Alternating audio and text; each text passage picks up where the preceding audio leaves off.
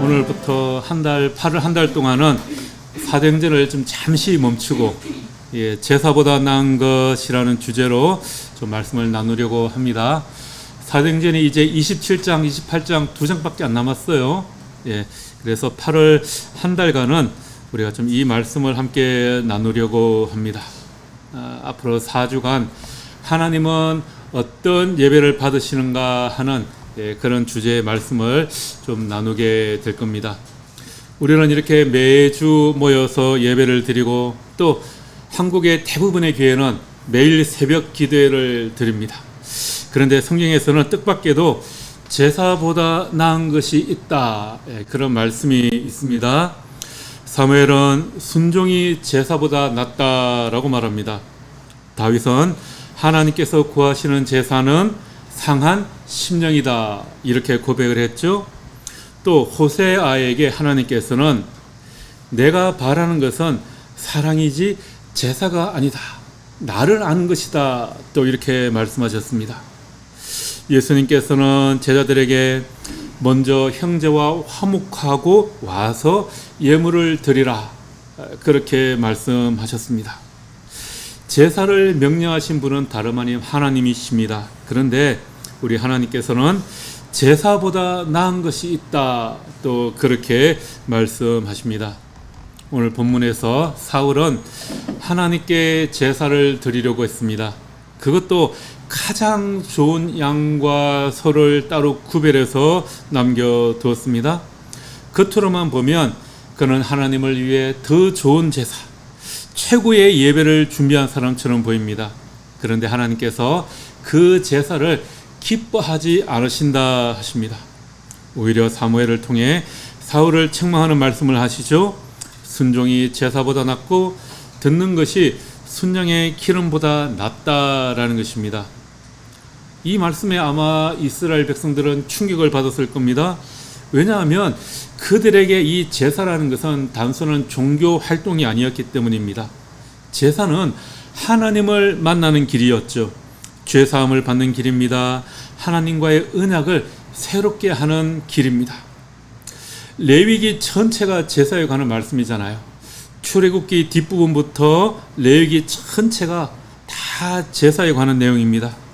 그러니까 이 제사는 이스라엘 신앙의 중심이었습니다. 그런데 하나님께서 순종이 제사보다 낫다라고 하십니다. 하나님께서 정말로 제사를 싫어서 이런 말씀을 하시는 것은 아니겠죠. 하나님께서는 예배를 너무나도 사랑하시는데, 그런데 예배가 형식만 남는 것을 또 견디지 못하시는 겁니다. 사무엘은 제사를 부정하는 사람이 아니었습니다. 제사는 하나님께서 이렇게 친히 명령하신 것입니다. 그런데 왜 오늘 말씀에서 제사보다 순종이 낫다라고 말씀하실까요? 여기에는 구약의 중요한 배경이 있습니다. 유대인들은 제사를 코르반이라고 불렀습니다. 여러분 많이 들어보셨죠? 예수님께서도 고르반이라고 말씀하셨던 적이 있죠? 이 말은 단순히 제물이라는 뜻이 아닙니다. 가까이 나아가다라는 히브리어가 카라부인데요. 자음, 단의 모양이 똑같아요. 잘 아시겠지만 히브리어는 자음은 다 똑같고 거기에 모음을 어떻게 붙이느냐에 따라서 발음도 달라지고 의미도 달라집니다. 그러니까 이 카라부, 가까이 나아가다라는 단어에서 코르반이라는 말이 나온 겁니다.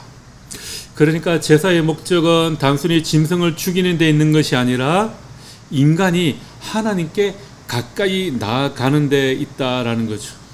죄인이 하나님께 가까이 나아갈 수 있도록 하나님께서 은혜로 열어주신 길이 바로 코르반 제사입니다. 그래서 사울은 제사를 준비했습니다. 그것도 제일 좋은 제물로 준비했습니다. 하지만 하나님의 말씀은 따르지 않았습니다.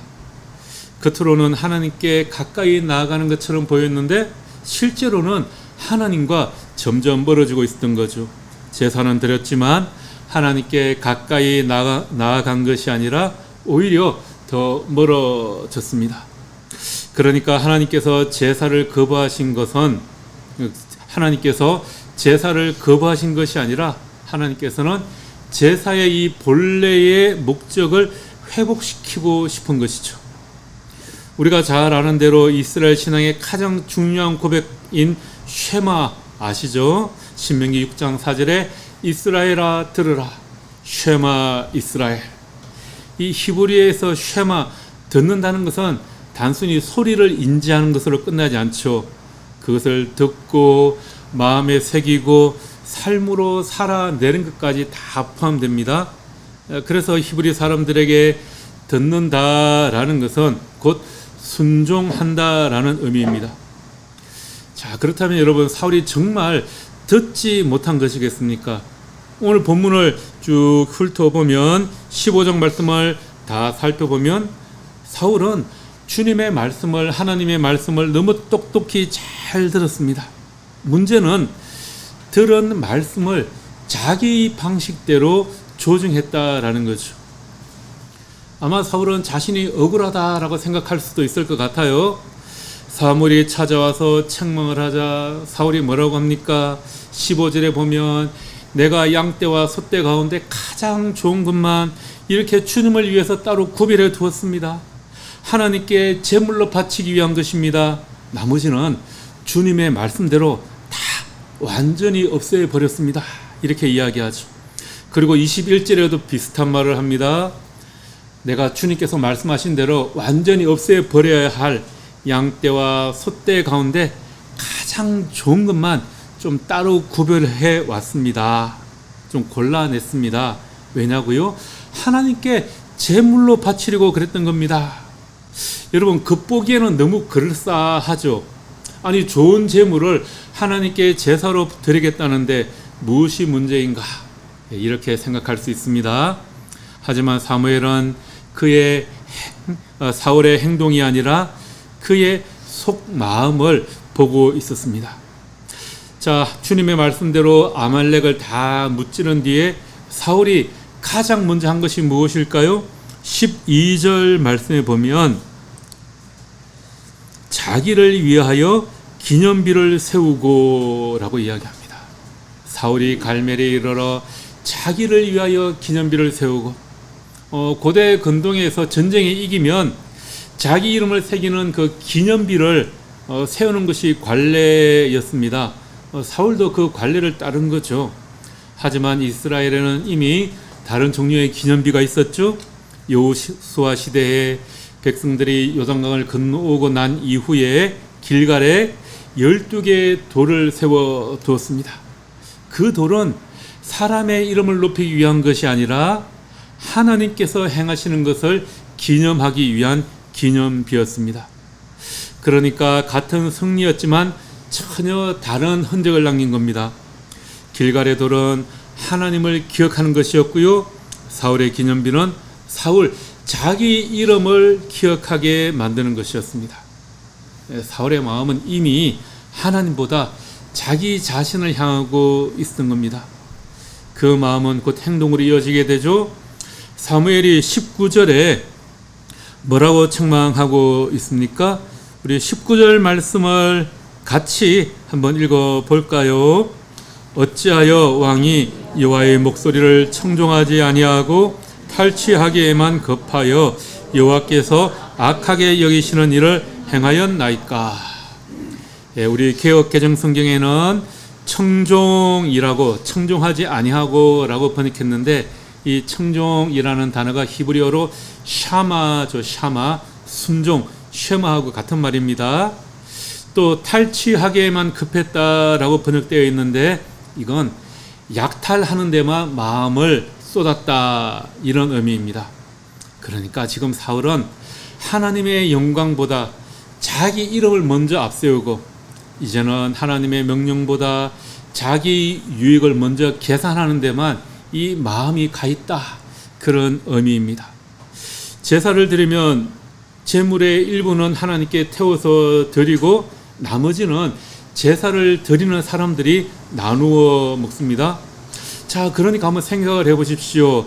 제사를 위해서 이 소와 양을 남겨두었다라는 이 말은 풀어보면 무엇입니까? 자, 우리도 좀 먹읍시다, 이런 말이지 않겠습니까? 하나님께서는 그곳에 있는 모든 것을 다 진멸하려고 했습니다. 아니, 전쟁에서 이기면 약탈물이 좀 있어야 되는데 하나님께서 다 없애버리라고 하니까 나누어 가질 게 없는 거예요. 먹을 것도 없습니다. 그러니까 제사를 위해 남겨두었다라는 것은 우리도 좀 먹을 걸 주십시오라는 말과 같은 겁니다. 헌신이라는 핑계를 대었지만 실제로는 자기 유익을 계산하는데 마음이 가 있었다라는 거죠. 바로 그 지점에서 사무엘은 사울의 죄를 말하는 겁니다. 하나님께서는 사울에게 아말렉을 진멸하라라고 하십니다. 여기에서 이 진멸하다라는 말이 바로 히브리어로 헤렘이라고 부르는 겁니다. 사람이든 가축이든 전리품이든 하나도 남기지 말고 다 없애라라는 명령이죠. 우리 현대인들에게 참 이해하기 힘든 그런 명령 가운데 하나입니다. 아니, 왜 하나님께서는 이렇게까지 잔인하게 명령하실까 하는 거죠. 그런데 이 헤렘은 단순한 전쟁 명령이 아닙니다. 아말렉은 이스라엘 백성들이 출애굽할 때 그 무리에서 뒤처져 있는 아주 약한 자들을 공격하며 하나님의 백성을 대적했던 그런 민족이었습니다. 그래서 하나님께서는 오랜 시간 동안 그들의 죄를 참으신 끝에 이제 마침내 심판하시고자 하는 겁니다. 또 동시에 헤렘은 하나님께 온전히 바쳐진다, 그런 의미를 담고 있습니다. 하나님께 속한 것은 사람이 자기 유익을 위해 사용할 수 없다, 그런 뜻이죠. 하나님께서는 모두 나에게 속한 것이다 라고 말씀하셨는데 사울은 좋은 것은 남겨둬도 되지 않겠습니까? 라고 생각하는 겁니다. 문제는 소 몇 마리, 양 몇 마리가 아니었습니다. 누가 결정권을 가지고 있느냐 하는 것의 문제입니다. 그러니까 이 헤렘의 핵심은 전쟁이 아니죠. 하나님께 속한 것을 사람이 자기 것으로 만들지 않는 것입니다. 결국은 하나님의 주권을 인정하느냐 하는 그런 문제입니다. 이 원리는 오늘 우리의 예배에도 그대로 이어집니다. 예배는 하나님께 속한 것을 하나님께 돌려드리는 일입니다. 나의 시간도, 나의 삶도, 우리의 전 존재도 다 하나님 것입니다 라고 고백하는 것이 바로 이 예배 시간입니다. 우리도 하나님의 말씀을 듣지 못해서 불순종하는 것이 아닙니다. 듣고도 내 판단을 거기에 조금 더하는 것, 그게 문제죠. 운전을 하다 보면 내비게이션이 항상 우리의 길을 안내해 주죠. 언제 서울에서 이제 양주로 들어가는 길에 외곽순환도로를 딱 진입하려고 하는데 이 내비게이션님께서 그 길로 가지 마시고 제2 외곽순환도로로 돌아가세요라고 길을 안내해 주는 거예요. 아니, 내가 이 길을 얼마나 많이 다녔는데 앞에 조금 막힌다고 이렇게 먼 길로 돌아가게 만드느냐라고 생각을 했죠. 그래서 내비게이션의 말을 무시하고 늘 다니던 길로 들어갔습니다. 외곽순환도로로 접어드는 그 순간부터 그런데 앞에 차가 움직이지 않는 거예요. 그 앞쪽에 터널에서 사고가 나 있었던 겁니다. 그제야 내비님 말을 잘 들어야 되는데 하고 후회를 했습니다. 자, 문제는 제가 이 안내를 듣지 못한 것이 아니죠. 들었습니다. 듣는 순간 머릿속으로 온갖 시뮬레이션을 다 돌려봅니다. 그리고 판단을 내리죠. 다만 제 판단이 옳다고 여긴 것입니다. 아마 사울도 그랬을 겁니다. 그는 하나님의 말씀을 듣지 못한 것이 아니었습니다. 오히려 너무 분명하게 잘 들었습니다. 그는 하나님 말씀에 단지 자기 생각을 한 스푼 슬쩍 더한 것이었습니다. 이 정도면 되겠지 뭐. 하나님도 이해하시겠지. 좋은 의도니까 문제 없겠지. 그 조금이 결국 불순종이 되었습니다. 생각해보면 우리의 신앙도 그렇게 크게 다르지 않은 것 같아요. 우리는 성경을 모르는 사람들이 아닙니다. 말씀을 듣고 설교를 듣고 또 예배를 드립니다. 그런데 어느 순간 말씀을 순종의 기준이 아니라 협상의 대상으로 만들기 시작합니다. 하나님께서는 용서하라고 말씀하셨는데 하나님 제 성질 아시죠? 이번만큼은 절대로 안 됩니다. 또 정직하라고 하시는데 하나님 이번은 상황이 좀 특별합니다. 이번만 한 번만 눈 감아 주세요. 또 하나님께서는 사랑하라 말씀하시는데 하나님 그 인간 어떤 인간인지 하나님이 더 잘 아시죠? 그 인간만큼은 예외입니다. 예, 우리는 이렇게 하나님의 말씀에 내 생각을 한 스푼 더합니다. 우리는 하나님의 말씀을 거부하지 않습니다. 다만 내 형편에 맞게 조금씩 수정하는 겁니다. 성경에서는 그것을 부분 순종 이렇게 부르지 않습니다. 성경에서는 불순종이라고 부릅니다. 순종은 얼마나 많이 지켰느냐 하는 것의 문제가 아니라 누구를 주인으로 인정하느냐 하는 문제이기 때문입니다. 에덴 동산에서 뱀은 하나님의 존재를 부인하지 않았습니다. 다만 하나님의 말씀을 살짝 비틀었습니다. 정말로 하나님이 그렇게 말씀하셨니? 예, 사탄의 전략은 늘 똑같죠. 하나님의 말씀을 없애는 것이 아니라 조금 바꾸는 겁니다.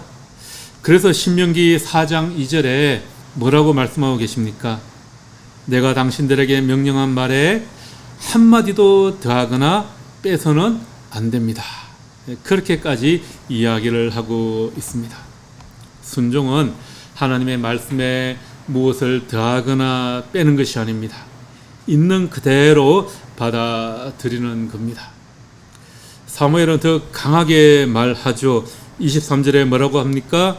이는 거역하는 것은 점치는 죄와 같고 완고한 것은 사신 우상에게 절하는 죄와 같음이라. 여기에서 이 우상이라고 나오는데요. 이 우상이라는 단어는 드라빔을 가리킵니다. 여러분 드라빔이 어디에서 나왔죠? 창세기 31장에 라반의 집에서 섬기던 그 가정수신입니다. 야곱이 외삼촌 라반의 집에서 살다가 나올 때 아내 라헬이 그것을 몰래 숨겨서 훔쳐 나왔습니다. 그러니까 이 당시 사람들에게 드라빔은 자기 살 길을 스스로 준비하고 싶은 마음에서 만드는 그런 우상이었던 거죠. 점을 치는 것도 마찬가지입니다. 하나님께 묻지 않고 내 방식대로 답을 구하는 것입니다. 불순종의 본질이 바로 이것이죠. 하나님의 말씀을 따르지 않는다는 것은 단순히 규칙 한두 가지 어기는 것이 아니라 하나님 당신 말씀 잘 알겠습니다. 하지만 이번만큼은 제 방식대로 하겠습니다 라고 말하는 겁니다. 내 지혜, 내 판단, 내 계산이 하나님의 말씀의 자리를 대신하는 것, 그것이 바로 우상 숭배다라는 거죠. 이상한 형상 앞에 절해야만 우상 숭배가 아니라 하나님보다 다른 것을 더 믿고 의지하면 그것이 바로 우상 숭배다라고 이야기하고 있는 겁니다. 사울에게 우상은 무엇이었을까요? 사울에게 우상은 바로 자기 자신이었습니다. 그는 하나님의 말씀보다 자기 판단을 더 믿었습니다. 바로 그것이 하나님께서 가장 슬퍼하셨던 이유입니다. 사울 자신이 사울의 우상이었다면 우리의 우상은 무엇일까요? 대부분의 경우 그것도 우리 자신일 것 같습니다. 우리도 그렇지 않습니까? 내 판단, 내 계산, 내 방식이 하나님의 말씀보다 더 믿을만하다라고 여기는 순간 우리는 이미 사울과 같은 자리에 서 있는 겁니다. 오늘 본문을 읽으면서 우리는 사울을 쉽게 비판할 수 있습니다. 왜 그렇게 단순한 명령도 순종하지 못했을까? 하나님께서 직접 선명하게 말씀하셨는데 왜 그럴까 하는 생각을 할 수도 있겠죠. 그런데 우리 자신을 조금만 돌아보면 우리도 금세 깨닫게 됩니다. 사울이 특별히 악하거나 연약한 사람이어서 실패한 것이 아닙니다. 그는 우리와 똑같은 사람입니다. 오히려 그는 우리의 모습이기도 하죠. 하나님의 말씀을 몰랐던 사람이 아닙니다. 예배를 드리지 않았던 사람이 아닙니다. 사울은 하나님께서 왕으로 선택한 사람이었습니다. 하나님을 신뢰했고 하나님의 이름을 불렀고 하나님께 제사를 드렸습니다. 그런데 결정적인 순간에는 하나님의 말씀보다 자기 판단을 더 신뢰했습니다. 이것이 죄의 본질입니다. 죄는 하나님을 부인하는 것에서 시작하는 것이 아니라 하나님보다 내가 더 옳다고 여기는 그곳에서 시작이 됩니다. 그래서 성경은 사울의 이야기를 통해 사울이 실패했다 그것을 보여주려는 것이 아니라 모든 인간의 모습이 이와 같다라는 것을 보여줍니다. 그래서 우리는 예수님을 바라볼 수밖에 없습니다. 사울도 왕이었습니다. 예수님도 왕이었습니다. 사울도 하나님의 기름 부음을 받았습니다.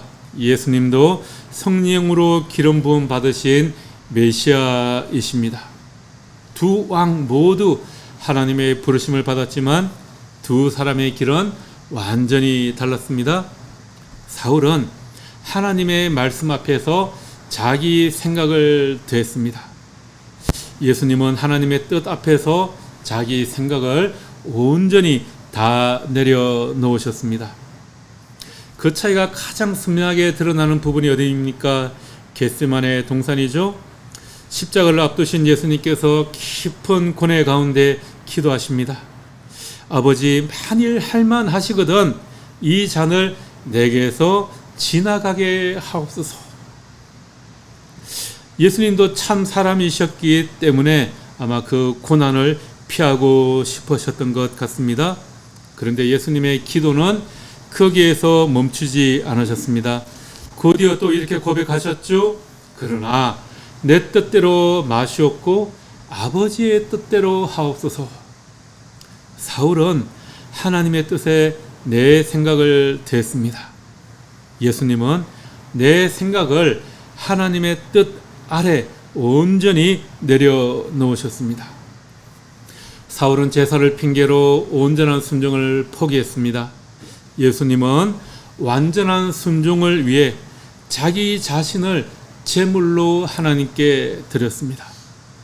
사무엘은 이렇게 말했습니다. 순종이 제사보다 낫다.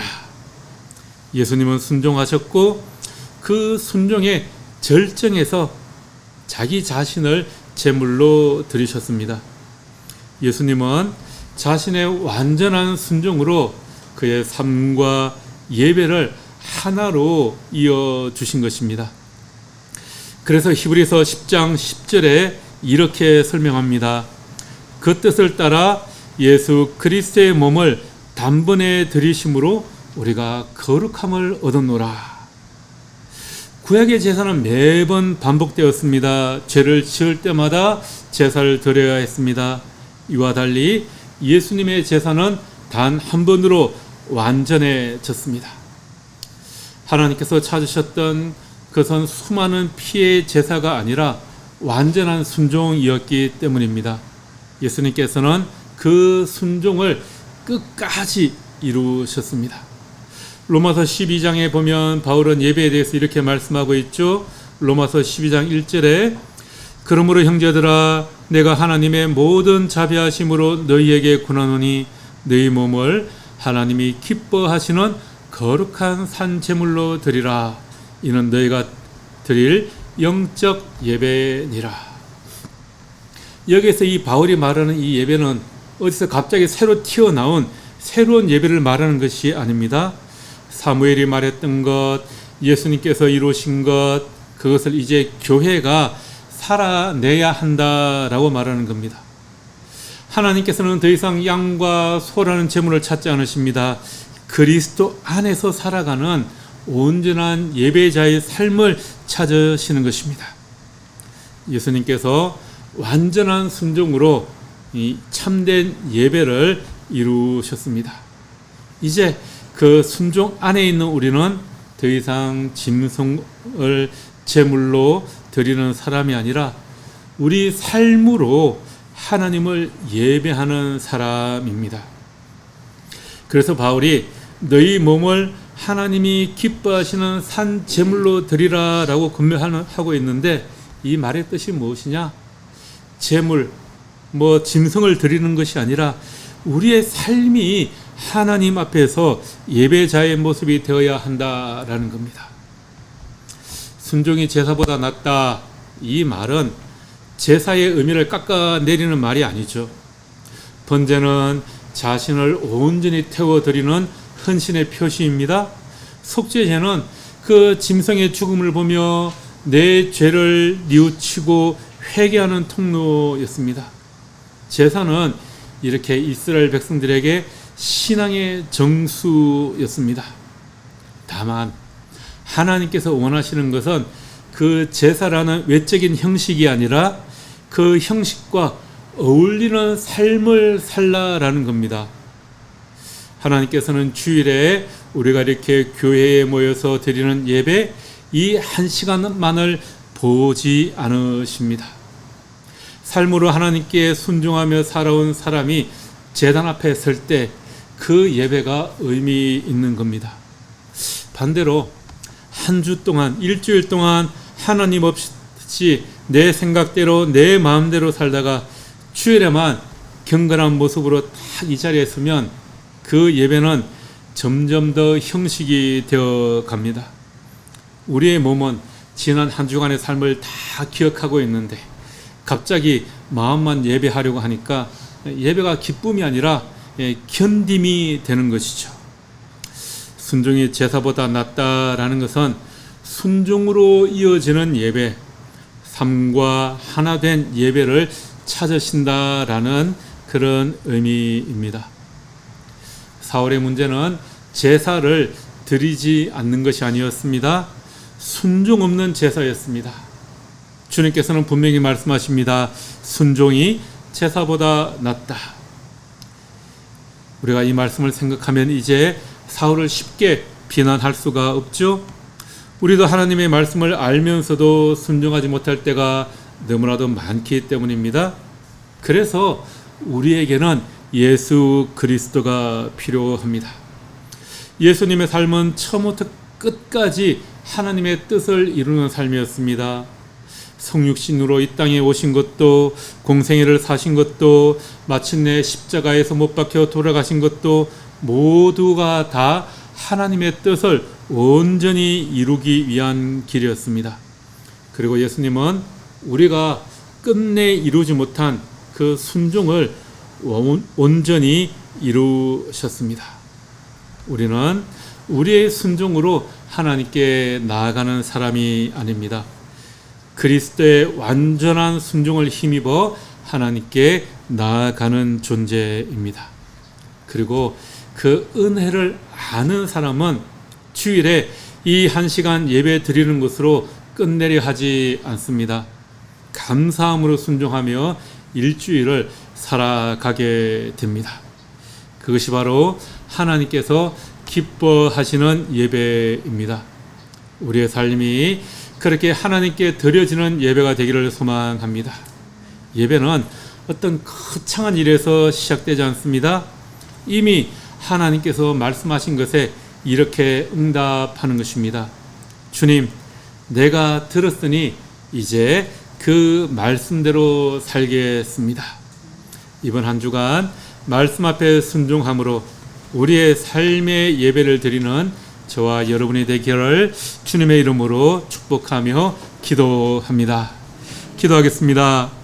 주님, 우리를 예배자로 불러주셨습니다.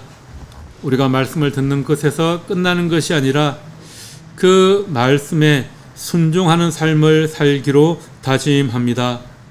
우리의 순종이 아니라 예수님의 완전한 순종으로 그 일을 이루셨으니 이제 우리는 그 은혜를 기억하며 감사하는 삶의 예배자가 되게 하옵소서. 예수님 이름으로 기도합니다. 아멘.